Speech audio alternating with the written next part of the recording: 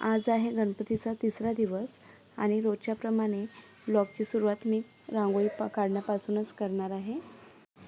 तर काशनी झोपली आहे, युवान स्कूल गेलेला आहे, तर मला आज पण सावकाश रांगोळी काढता येईल आणि कॉन्सन्ट्रेशनने काढता येईल। चला आता पटापट रांगोळी काढूया।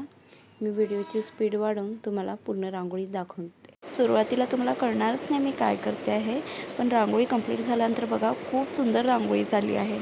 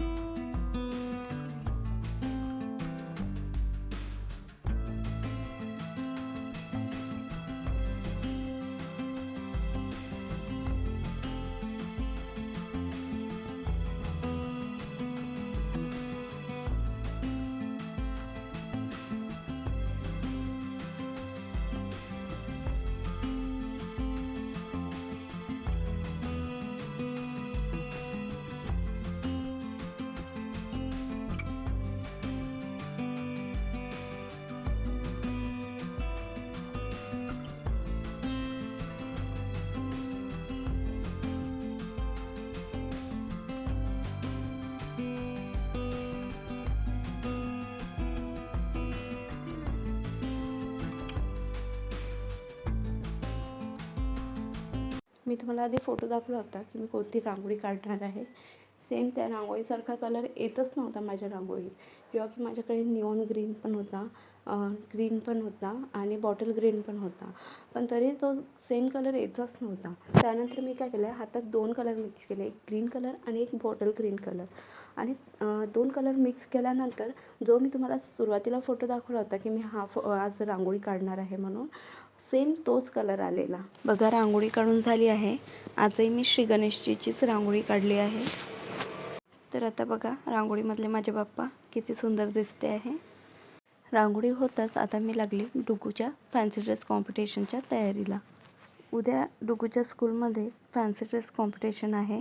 त्यातला एक रूल असा आहे की क्रिएटिव्हिटी आणि होम ड्रेसेसमध्येच प्रेफरन्स दिला जाईल, आणि दुसरा रूल म्हणजे असा आहे की जे फ्रूट मी त्याला बनवेल त्याबद्दल त्याला 4 ते 5 लाईन स्पीच द्यायची आहे, म्हणजेच एक्सप्लेन करायचं आहे की तो कोणता फ्रूट झालेला आहे आणि त्या फ्रूटबद्दल 2 ते 3 शब्द त्याला बोलायचे आहे। आमच्या घराच्या खालीच आमचं गोडाऊन आहे, तिथून मी हे कार्टन घेऊन आले। आता त्यावर पेन्सिलने ड्रॉ करून त्याला कोकोनटचा शेप देत आहे। ड्रॉ करताना समजतच नव्हतं की या कोकोनटची हाईट किती बनवायची, तर मी याला इथे झोपायला सांगितलं की मला हाईट चेक करायची, त्यानुसार मला हे बनवायचं आहे।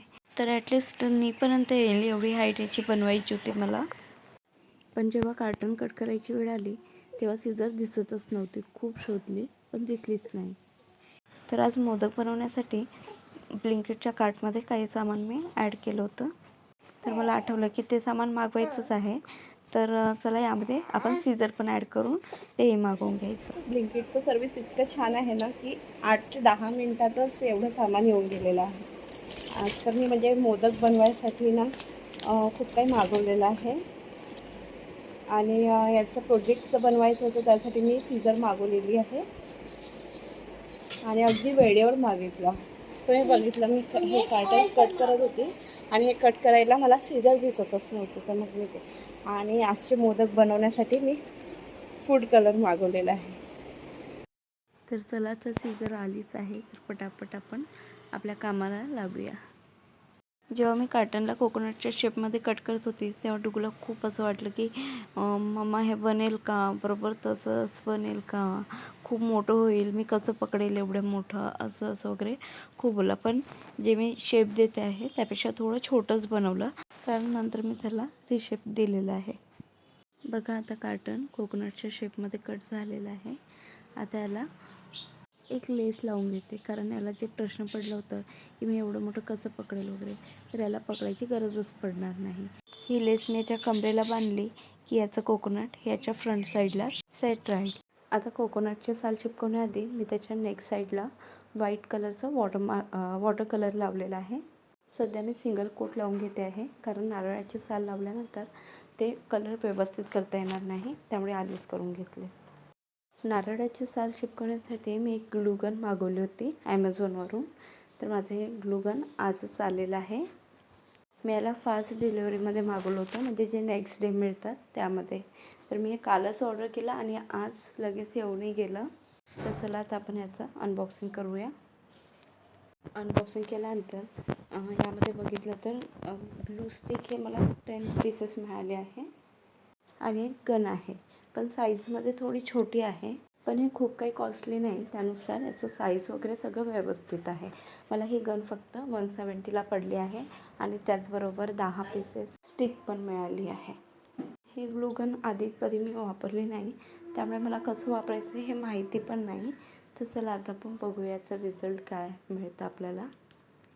मला आधी असं वाटलं की प्लग लावून 10 मिनटासाठी सोडून दिलं तर ही स्टिक गरम होऊन मेल्ट होऊन नोझलमधून आपोआप ते ग्लू निघेल. पण असं काही नाही, त्याला कंटिन्युअस प्लग लावूनच ठेवायचं आहे, तेव्हाच ते ग्लू निघत राहील. तर आता मी टी व्ही युनिटला जे स्विच आहे त्यालाच हे प्लग लावलेलं आहे आणि त्याच्या अगदी जवळच मी नारळाचे साल चिपकवून घेणार आहे. बघा आता मी याला कसं लवकर चिपकवून घेत आहे, कारण एकदा ग्लू लावला की ते ड्राय होऊन जातं, म्हणून त्याला ग्लू लावता बरोबर लगेच चिपकवून घ्यायचं आहे. आता डुगूचं एक्साइटमेंट वाढत आहे की कधी बनेल, कसं बनेल, कधी बनेल, मला आवडेल की नाही आवडेल, बाकी सगळ्यांना पण आवडेल की नाही आवडेल. त्याला बोलले अरे वेट अँड वॉच, असं बनवेल की तुला तर नक्कीच आवडेल. आणि खरंच बनल्यानंतर त्याला खूप आवडला आणि तो बोलला की खरंच हे नारळसारखंच झालेलं आहे. मी त्याला बोलले अरे नारळच आहे ते. ही बॉडी तर झाली तयार. चला आता आपण टोप बनवून घेऊया. टोप पण मी या कार्टनचंच बनवून घेणार आहे. आधी तर मी विचार केला होता की मी मार्केटमधूनच एक टोप घेऊन येईल, जे असं जोकर टाईप असतं ते, आणि त्यालाच वरून मी नारळाचं साल लावून घेणार. पण नंतर मला असं वाटलं की मी मार्केट जाईल कधी, ते टोप घेऊन येईल कधी आणि लावणार कधी, परत मला हे नारळाचं पूर्ण कचरा काढावं लागेल, म्हणून मी लगेच कार्टनचंच बनवून दिलं आहे. तर आता इथे हे कोकोनट पूर्ण रेडी झाल्यानंतर डुगूची प्रॅक्टिससुद्धा चालू झाली आणि मग मी माझ्या रुटीनच्या कामाला लागले. सगळ्यात आधी रोजच्याप्रमाणे मोदक बनवून घेतले, त्यानंतर स्वयंपाक केला आणि डुगूचे फ्रेंड्स आल्यानंतर आरतीला सुरुवात केली. तर आज मी मोदक नारळाचे बनवलेले आहेत. त्याची रेसिपी माझ्या चॅनलमध्ये मी दिलेली आहे. त्याचं एक शॉर्ट्स मी शेअर केलेलं आहे. चॅनलवर जाऊन नक्कीच बघा आणि सबस्क्राईब करा. Bye bye.